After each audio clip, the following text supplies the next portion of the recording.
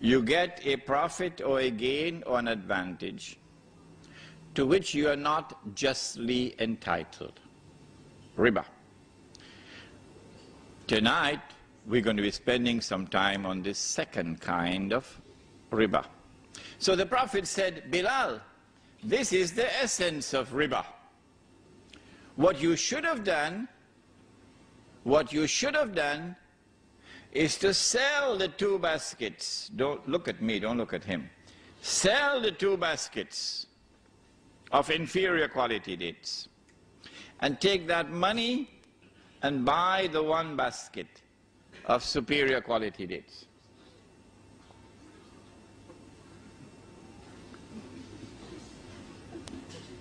And so they had equal value, equal value. And so it was haram to exchange 2 baskets of dates for 1. It was riba.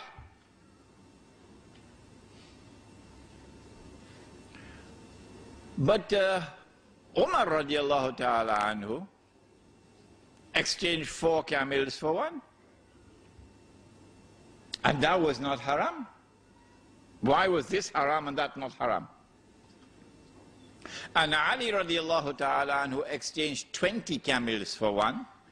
These 20 may have been baby camels, and this 1 may have been a pregnant camel. And there was not haram. So the question we asked tonight is, why was it haram to exchange 2 baskets of dates for 1, and there was riba, but it was not haram to exchange 4 camels for 1 or 20 camels for 1? That's a good question, isn't it? You're lucky I don't have the time to question you tonight. To answer that question, we must go to another hadith. And you've all heard this hadith before, all of you.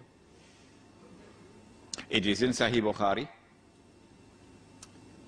The Prophet sallallahu ta'ala alayhi wasallam is describing a transaction in which there is an exchange of gold for gold,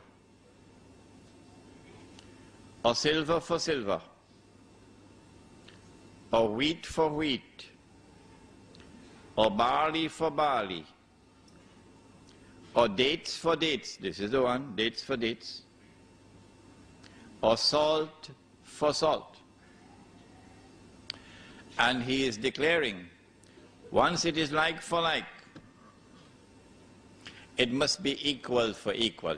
2 baskets on this side, you must have 2 baskets on this side. If not, it is riba. Why is it riba? Remind me to answer that question if I forget. Why would it be riba?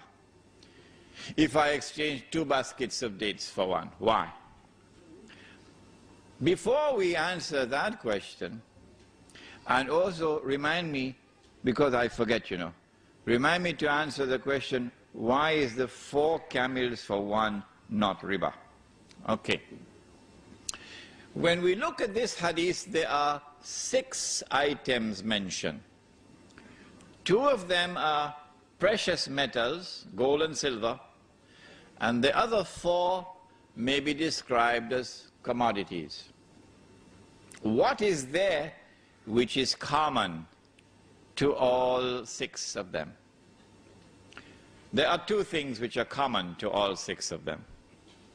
The first is this,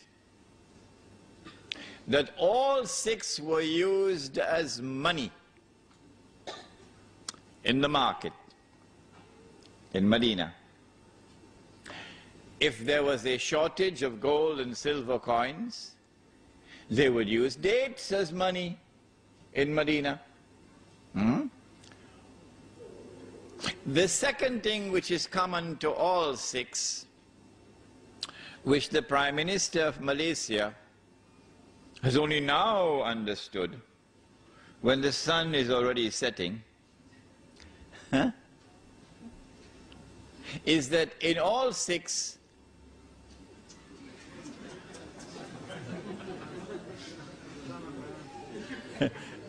in all six, the value of the money is in the money. In other words, in all six, the money had intrinsic value. I heard with my own ears the Prime Minister of Malaysia say a few years ago, of course he's going to be embarrassed now to be reminded of it. He said, money has no intrinsic value. Now he's backpedaling because now he's beginning to learn a little thing from us who are teaching this subject for years now. And so the two things which are common are, number one, all six were used as money.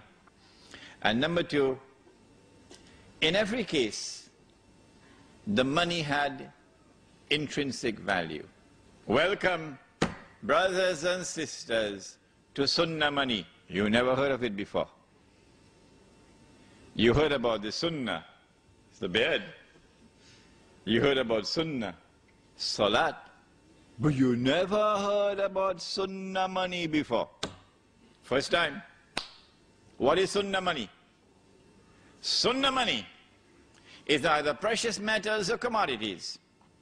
And Sunnah money is money which has intrinsic value. I leave behind me two things. So long as you hold on to them, you will never go astray.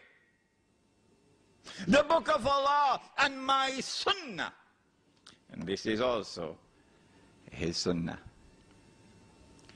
And we've abandoned it today. This is riba.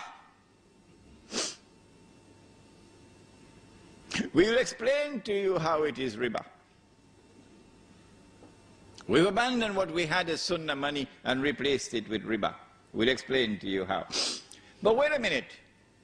This money, which is Sunnah money, is it also in the Quran? I mean, did we abandon the Quran as well? Oh, that would be terrible. So let's go to the Quran and see. When Yusuf alayhi salam was in the well, you shaking your head? Okay, he was in the well. The travelers came, fished him out of the well, and they took him to Egypt and they sold him. Surah Yusuf. وَشَرَوْهُ بِثَمَنٍ بَخْسٍ دَرَاهِمَ مَعْدُودَةٍ. And they sold him for a few measly dirhams. What is this word dirham? A dirham is a silver coin, precious metals. And then there is this ayah also in the Quran, in Surah Ali Imran, where Allah subhanahu wa ta'ala addresses the double standards of the Jews. And remember, it is not Imran Hussein who is speaking, it is Allah subhanahu wa ta'ala. So if they want to arrest anyone, they will have to arrest Allah subhanahu wa ta'ala. Let him try to do that now. وَمِنْ أَهْلِ الْكِتَابِ مَنْ إِنْ تَأْمَنْهُ بِقِنْطَارٍ يُؤَدِّهِ إِلَيْكَ. And amongst the Ahlul Kitab, here it is the Jews, there are those who, if you entrust them with a qintar, 1,200 gold coins, it's about 350,000 US dollars. Could you kindly keep this for me safely? When you want it back, they will return it to you. Why? Because you're a Jew. وَمِنْهُمْ مَنْ إِنْ تَأْمَنْهُ بِدِينَارٍ لَا يُؤَدِّهِ إِلَيْكَ. But amongst them there are those who, if you give him a dinar, a gold coin, could you kindly keep this safely for me? When you want it back, you can't get it back.